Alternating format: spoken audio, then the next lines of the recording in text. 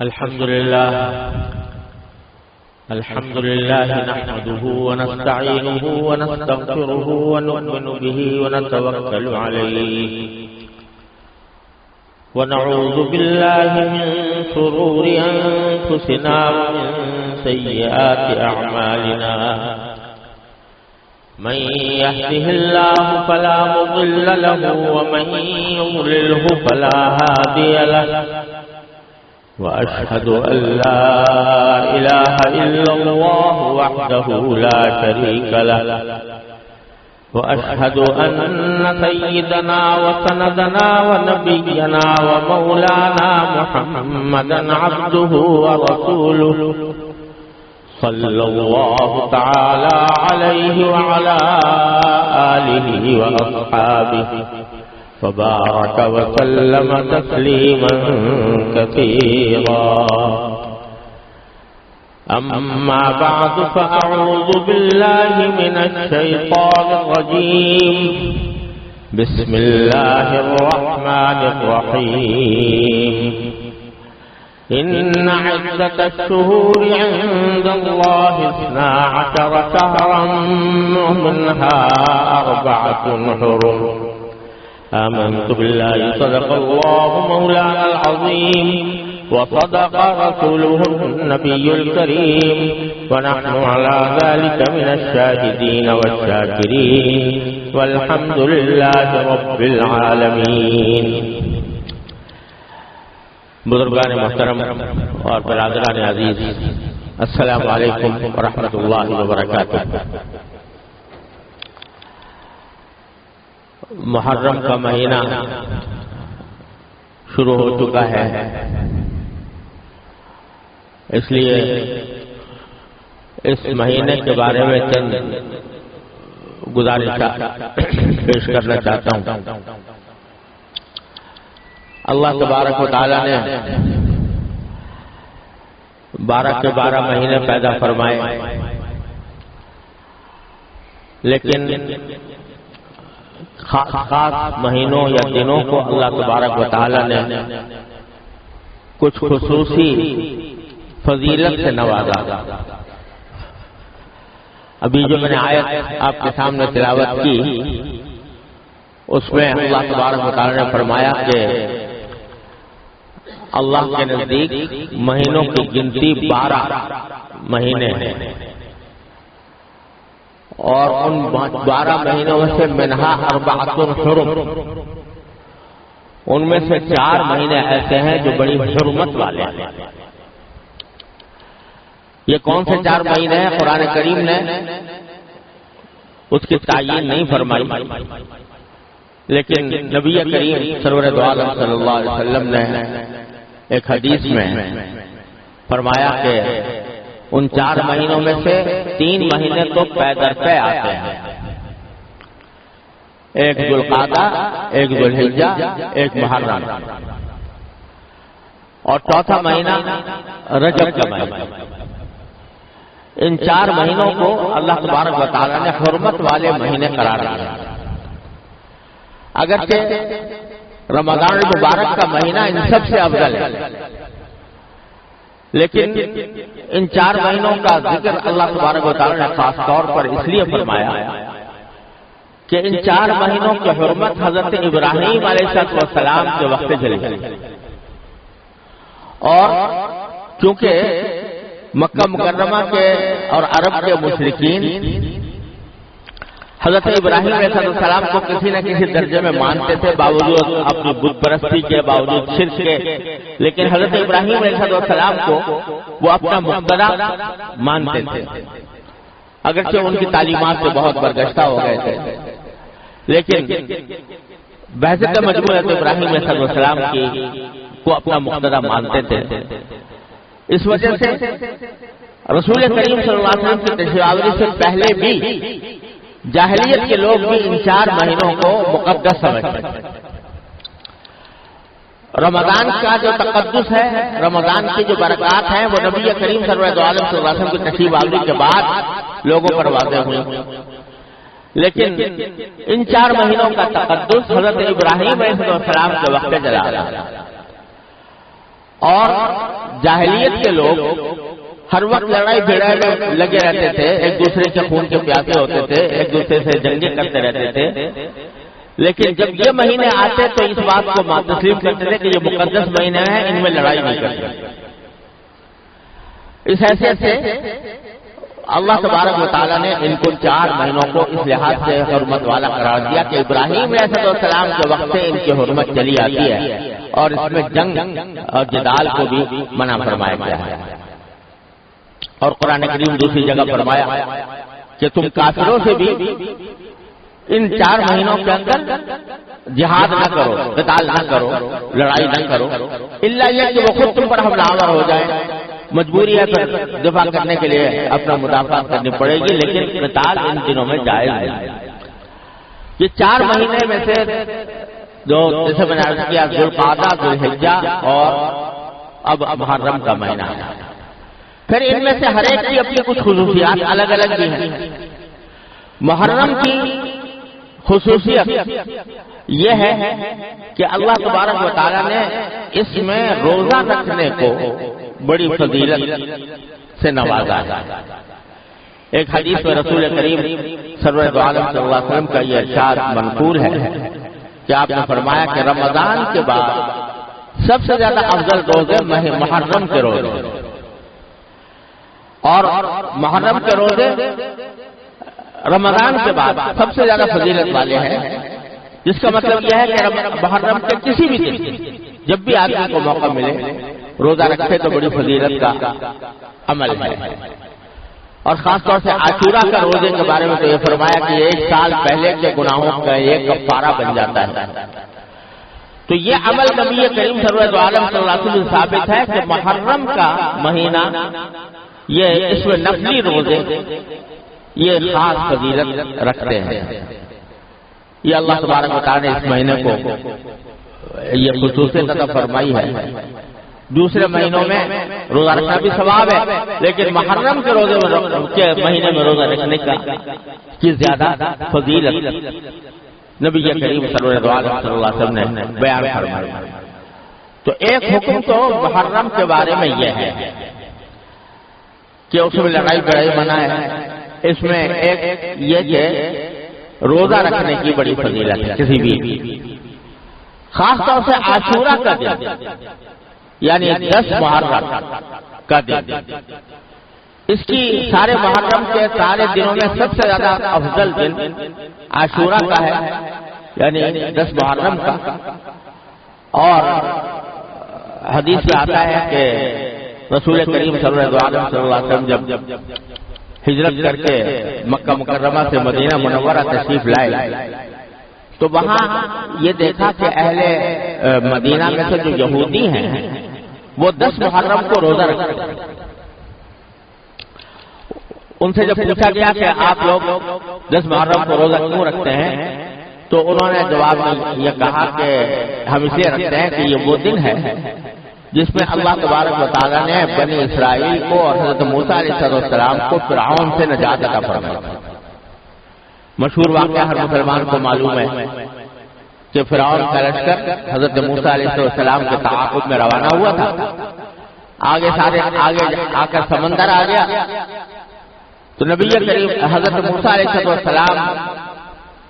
اور ان کے ساتھی آگے تھے اور فرعون کا لشکر پیچھے تھا، آگے سمندر حائل ہو گیا۔ تو قرآن کریم میں ہے کہ جو حضرت موسیٰ علیہ السلام کے ساتھ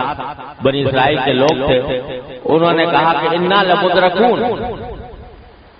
ہم تو دھر لیے گئے،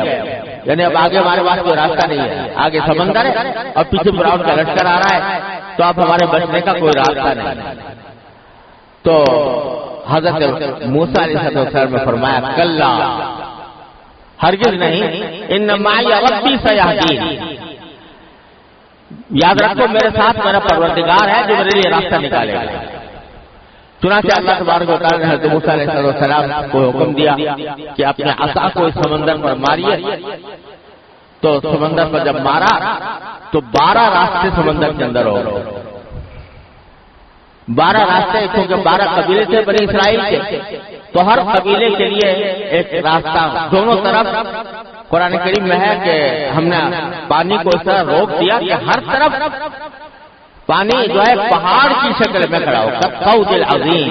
ہم ایک بڑے پہاڑ کی طرح ہم نے پانی کو اس طرح روک دیا جیسے وہ دیوار کھڑی ہو، اور حضرت موسیٰ علیہ السلام کا لشکر پار ہو گیا۔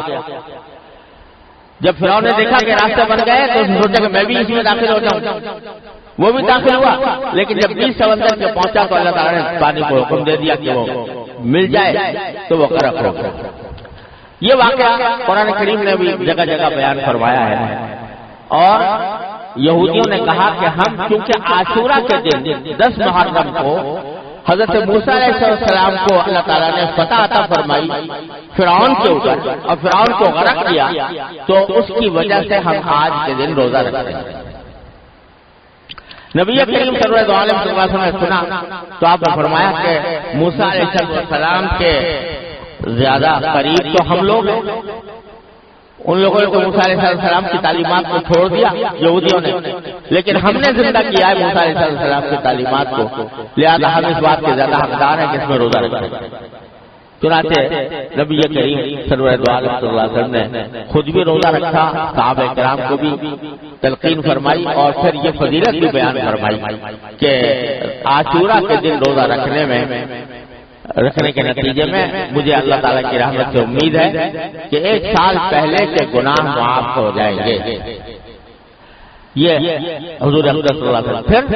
ہوا یہ کہ اللہ تبارک و تعالیٰ نے بعد میں عاشورہ کا روزہ فرض کر دیا۔ اس وقت تک رمضان کے روزے فرض نہیں ہوئے تھے، تو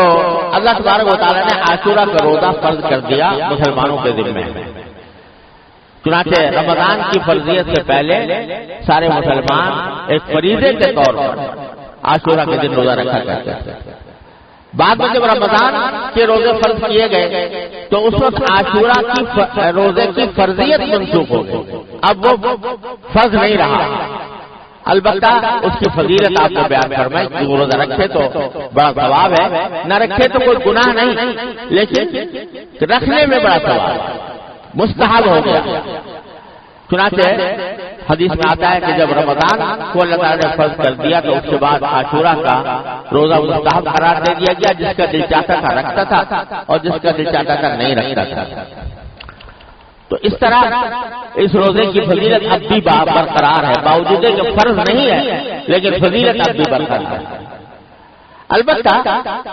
رسول کریم صلی اللہ علیہ وسلم نے اس میں تھوڑی سی یہ ترمیم فرمائی کہ یہ فرمایا کہ عاشورہ کا روزہ اگر رکھو تو اس کے ساتھ ایک روزہ اور ملا لو، چاہے تو 9 تاریخ کا روزہ ملا لو، 9 اور 10 ملا کر رکھو، چاہے 11 تاریخ کا ملا لو، 10 اور 11 ملا کر رکھو، یہ زیادہ بہتر ہے۔ کیوں؟ وجہ اس کی یہ بیان فرمائی گئی کہ یہودی جو ہیں وہ عاشورہ کے دن روزہ رکھتے ہیں، اگر مسلمان بھی صرف عاشورہ کا دن روزہ رکھیں گے تو یہودیوں کے ساتھ مشابہت پیدا ہوگی۔ اس مشابہت سے بچنے کے لیے یہ تلقین فرمائی کہ یا 9 کو بھی ساتھ ملاؤ یا 11 کو بھی ساتھ ملاؤ، دونوں کو ملا کر۔ اس سے یہ بھی اندازہ کیا جا سکتا ہے کہ نبی کریم صلی اللہ علیہ وسلم کو غیر مسلموں کے ساتھ مشابہت یہ کتنی ناگوار ہے۔ حالانکہ مشابہت یہاں کسی بری چیز میں نہیں ہو رہی تھی، روزہ رکھنے میں ہو رہی تھی، ایک عبادت کے کام میں ہو رہی تھی، لیکن اس مشابہت کو بھی رسول کریم صلی اللہ علیہ وسلم نے پسند نہیں فرمایا۔ فرمایا کہ اس مشابہت کو بھی ختم کرو، اس کے ساتھ کوئی روزہ ملا کر رکھو تاکہ ان کے ساتھ مشابہت نہ ہو۔ اس سے آپ اندازہ لگائیے کہ جب نیک کام میں عبادت میں بھی ان کے ساتھ مشابہت کو ناپسند کیا گیا تو جو ایسے کام ہیں جو جن کا کوئی تعلق نہیں کیا عبادت سے نہیں ہے، اس میں اگر کوئی مشابہت اختیار کرے تو کتنا برا ہوگا۔ افسوس ہے کہ آج ہم لوگوں نے دین کے اس اہم حکم کو بڑا فراموش کیا ہوا ہے۔ اپنے لباس میں، اپنے پوشاک میں، اپنی چال ڈھال میں، اپنے طریقہ کار میں ہم لوگوں نے غیر مسلموں کی شباہت اختیار کرنی شروع کر دی۔ اس کا نتیجہ یہ ہے کہ پہلے تو یہ ہوا کرتا تھا کہ آپ کہیں بھی چلے جائیں مسلمان دور سے نظر آتا تھا یہ مسلمان ہے، اس کا لباس، اس کا حلیہ، اس کا سر سے لے کر پاؤں تک اس کا انداز رہن سہن وہ بتلا دیتا ہے یہ مسلمان۔ آج چونکہ مسلمانوں نے غیر مسلموں کی روش اختیار کر لی، ان کا جیسا لباس کرنا شروع کر دیا، ان جیسا طریقہ اختیار کرنا شروع کر دیا، اپنے چہرے ان کے مطابق بنا لیے، تو اس کا نتیجہ یہ ہے کہ پہچاننا مشکل ہوتا ہے کہ مسلمان ہے یا غیر مسلم، خاص طور سے ایسے علاقوں میں جہاں جو اللہ بچائے جو دین کے پابند لوگ نہیں ہیں، وہاں علاقوں میں جائیں، مجلسوں میں جائیں، کانفرنسوں میں جائیں، پتہ لگانا مشکل ہے یہ مسلمان ہے یا غیر مسلم ہے۔ رسول کریم صلی اللہ علیہ وسلم اس طرح واضح ہے امتیاز قائم کرنا چاہتے تھے کہ مسلمانوں کو دیکھ کر پتہ لگایا جا سکے کہ یہ مسلمان ہے، اس لیے آپ نے اس مشابہت کو ناپسند فرمایا۔ لہذا فقہاء کرام نے فرمایا ہے کہ تنہا روزہ رکھنا عاشورہ کا اس میں مکروہ تنزیہی ہے، یعنی گناہ تو نہیں ہے لیکن اس سے بچنا بہتر ہے، اور بچنے کا طریقہ یہی ہے کہ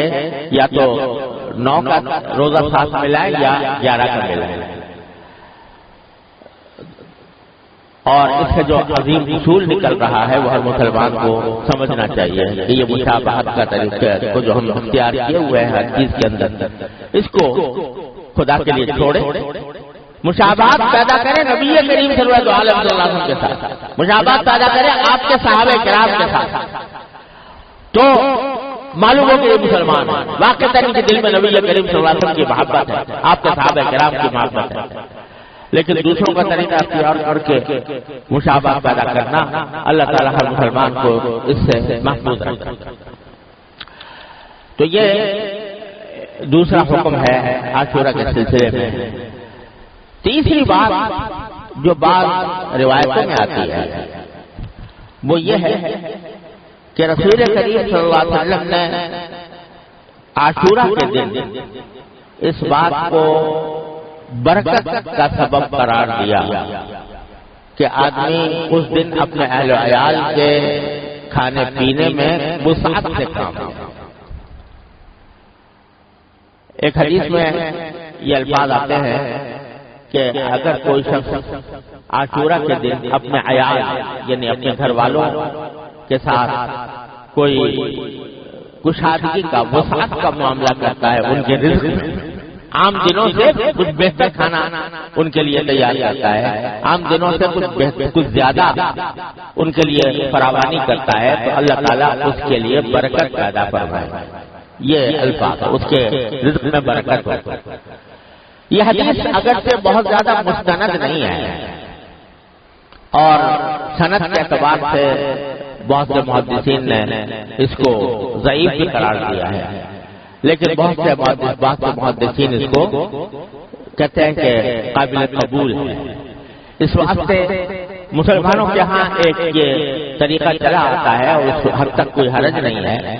کہ آدمی اپنے گھر کے کھانے پینے میں عام دنوں سے کچھ زیادہ وسعت اختیار کرے۔ یہ اپنی جگہ مسلمانوں کا تعامل بھی اس پر چلا آیا ہے، اس میں کوئی حرج نہیں ہے، لیکن اس کو ضروری سمجھنا کہ ایسا کرنا بہت ضروری ہے، یا ایسا سمجھنا کہ اس کے بغیر محرم ہی نہ ہوا، تو یہ اس کا یہ مطلب نہیں ہے۔ اگر کوئی شخص ایسا کرے تو انشاءاللہ امید برکت ہوگی اس کے لیے۔ لیکن اس سے جو کہا گیا کہ رزق میں کچھ وسعت اختیار کرے، اس کے لیے کسی خاص کھانے کی تعین نہیں ہے کہ فلاں کھانا پکایا جائے، کھچڑا ضرور پکایا جائے مثلا، تو اس کی کوئی تعین نہیں ہے۔ اس کو اپنی طرف سے لوگوں نے اپنی طرف سے بنا لیا، اور اگر آدمی یہ سمجھے کہ یہ سنت ہے کھچڑا بنانا تو یہ چیز بدعت ہو جائے گی اور الٹا گناہ ہو جائے گا۔ ہاں کوئی شخص ویسے ہی سنت سمجھے بغیر اگر کوئی پکا لیا کسی نے تو کوئی گناہ بھی نہیں، لیکن اس کو سنت سمجھنا، کیونکہ عام طور سے لوگ سمجھتے ہیں محرم اور کھچڑا یہ لازم و ملزوم ہے، اگر کھچڑنا پڑتا تو محرم عاشورہ ہی نہ ہوگا. تو یہ بالکل ہی غلط بات ہے، اس لیے اس سے حتی الامکان پرہیز کرنا چاہیے. یہ ہے کہ احکام جو محرم سے متعلق ہے، جو صحیح احادیث ہے، اور باقی بہت ساری چیزیں لوگوں نے اپنی طرف سے بنا لی ہیں جن کا کسی حدیث سے قرآن سے کہیں ثبوت نہیں. مثلا لوگوں میں مشہور ہے کہ آدم علیہ السلام اس دن پیدا ہوئے تھے، یا حضرت ابراہیم علیہ السلام اس دن پیدا ہوئے تھے، یا قیامت اس دن آئے گی. اس قسم کی جو باتیں ہیں ان کا کہیں قرآن و حدیث میں ثبوت نہیں ہے. جتنا ثبوت ہے وہ میں نے عرض کر دیا. تاریخی اگر واقعہ کوئی سے وابستہ ہے تو موسیٰ علیہ السلام. ایک اور غلط فہمی یہ بھی ہے کہ بعض لوگ عاشورہ کی حرمت اور اس کی عظمت اس وجہ سے سمجھتے ہیں کہ اس دن میں حضرت حسین رضی اللہ تعالیٰ عنہ کی شہادت واقع ہوئی. اس میں کوئی شک نہیں کہ حضرت حسین رضی اللہ تعالیٰ عنہ کی شہادت بڑا ہی المناک واقعہ ہے ہماری تاریخ کا. لیکن عاشورہ کی حرمت اس کی وجہ سے نہیں. حرمت تو میں نے عرض کیا پہلے سے چلی آ رہی ہے، ابراہیم علیہ السلام کے وقت سے چلی آ رہی ہے. بلکہ حضرت حسین رضی اللہ تعالیٰ عنہ کی فضیلت میں ایک فضیلت یہ بھی ہے کہ ان کی شہادت اللہ تبارک و تعالیٰ نے مقدر فرمائی عاشورہ کے دن. تو یہ ان کی فضیلت ہے، لیکن اس کی وجہ سے محرم کے اندر کوئی فضیلت عائد نہیں ہوتی. اور بے شک حضرت حسین رضی اللہ عنہ کی شہادت کا واقعہ بڑا ہماری تاریخ کا المناک واقعہ ہے. نبی کریم صلی اللہ علیہ وسلم کے نواسے آپ کے جگر گوشہ وہ اس طرح شہید ہوئے مظلومانہ انداز میں، تو یہ ایک بہت ہی بڑا کربناک واقعہ ہے. لیکن اللہ تبارک و تعالیٰ نے ہمیں یہ تلقین فرمائی ہے، نبی کریم صلی اللہ علیہ وسلم کی تلقین ہے. کسی کی بھی وفات ہو، کسی کی بھی شہادت ہو، تو نبی کریم صلی اللہ علیہ وسلم نے یہ فرمایا کہ اس موقع پر ماتم کرنا، گریبان چاک کرنا، اپنے گالوں کی پٹائی کرنا، اس کو سرکار دو عالم صلی اللہ علیہ وسلم نے ارشاد فرمایا کہ جو ایسا کرے وہ ہم میں سے نہیں. اور خود حضرت حسین رضی اللہ تعالیٰ عنہ کامل ابن اصیل التاریخ کی مشہور کتاب ہے، اس کے اندر لکھا ہے کہ حضرت حسین رضی اللہ تعالیٰ عنہ نے اپنی وفات سے کچھ اپنی شہادت سے 2 روز پہلے یا 3 روز پہلے اپنی بہن حضرت زینب رضی اللہ تعالیٰ عنہ ان کو وصیت کی کہ بہن، یہ الفاظ میری پیاری بہن، یہ الفاظ ہے میری پیاری بہن، اگر میں ہلاک ہو گیا، اگر میں شہید ہو گیا تو میرے اوپر نہ گریبان چاک کرنا، نہ اپنے گالوں کو مارنا، اور نہ اپنے کپڑے پھاڑنا. یہ وصیت فرمائی حضرت حسین رضی اللہ عنہ. لہذا اس قسم کی جو کارروائیاں کی جاتی ہیں وہ نبی کریم صلی اللہ علیہ وسلم کے احکام کی بھی خلاف ورزی ہے، اور خود حضرت حسین رضی اللہ عنہ کے احکام کی بھی خلاف ورزی ہے. یہ بات مناسب اور نصیحت کے انداز میں ان لوگوں سے کہہ دینی چاہیے کہ جو یہ کام کرتے ہیں. لیکن یہ بھی ساتھ میں عرض کر دوں کہ بندے کا کام یہ ہے کہ وہ حق کی بات حق طریقے سے، حق نیت سے اور نصیحت کے انداز میں، شفقت اور محبت کے انداز میں پہنچا دے اس شخص کو جو غلط راستے پر ہے. لیکن پھر اس کی ذمہ داری ہے کہ وہ حق کو اختیار کرتا ہے یا باطل کو اختیار کرتا ہے. انسان کو اس بات کا مکلف نہیں کیا گیا کہ وہ زبردستی دوسرے کو اپنی بات منوائے. قرآن کریم کی وہ آیت جو میں نے پچھلے جمعہ میں پڑھی تھی، نبی کریم صلی اللہ علیہ وسلم سے اللہ تبارک و تعالیٰ نے خطاب کر کے فرمایا لست علیہم بمسیطر فذکر انما انت مذکر. نصیحت ضرور کرتے رہیے، آپ نصیحت کرنے والے ہیں، لست علیہم بمسیطر، لیکن آپ ان کے اوپر داروغہ بنا کر نہیں بھیجے گئے کہ زبردستی کو ہدایت کے راستے پر لائے. جب کافروں کے بارے میں نبی کریم صلی اللہ علیہ وسلم کو یہ ہدایت دی گئی ہے، تو اگر کوئی غلط راستے پر ہے، مسلمان اسلام کا دعویٰ کرنے والے، ان کو بھی محبت پیار سے بے شک سمجھا دو. لیکن کوئی آدمی داروغہ نہیں بنایا گیا کہ زبردستی اس کو مجبور کرے گا نہیں تم میری بات مانو اور اپنی بات چھوڑو.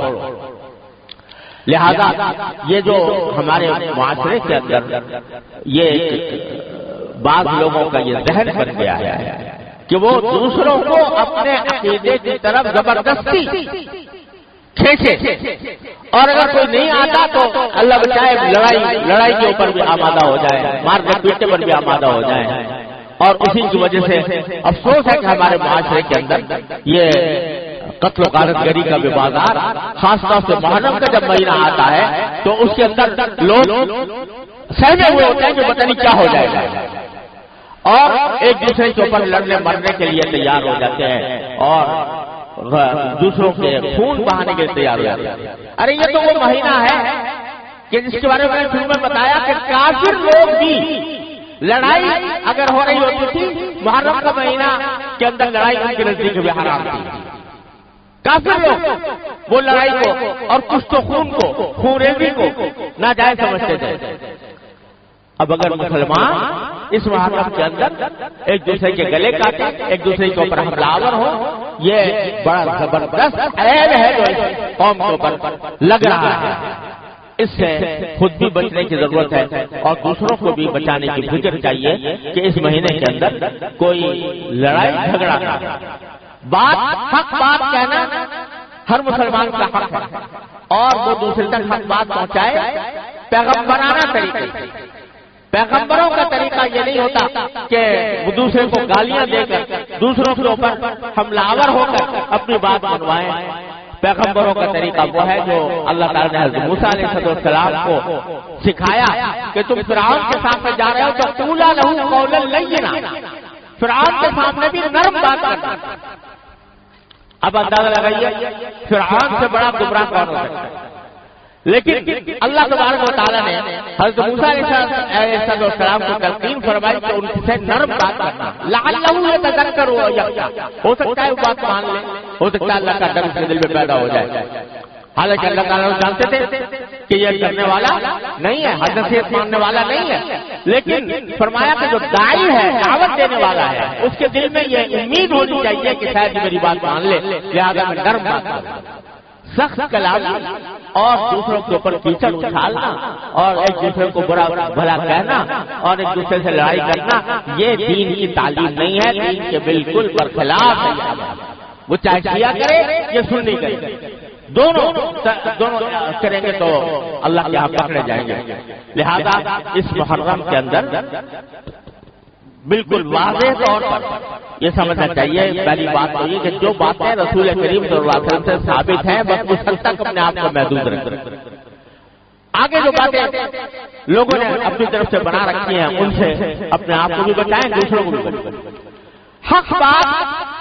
حق طریقے سے حق نیت سے دوسرے تک پہنچا جائے، پھر اس کا معاملہ اللہ کے حوالے کریں. اللہ تبارک و تعالیٰ سے ہر ایک انسان کا معاملہ اللہ تعالیٰ کے ساتھ ہے، لیکن مار پیٹ کر لڑائی جھڑائی کر کے دوسرے کے اوپر کوئی اپنا نظریہ تھوپا نہیں جا سکتا. اس کا اگر خیال کریں تو انشاءاللہ ہمارے معاشرے میں جو قتل و غارت گری کا بازار گرم ہے وہ انشاءاللہ رفع ہو جائے گا. اللہ تبارک و تعالیٰ اپنے فضل و کرم سے اپنی رحمت سے ہمیں اس محرم کے مہینے کے تقدس کو پہچاننے کی بھی توفیق عطا فرمائے، اس میں جو صحیح اعمال ہیں وہ کرنے کی توفیق عطا فرمائے اور برے کاموں سے بچنے کی توفیق عطا فرمائے. وآخر دعوانا الحمدللہ.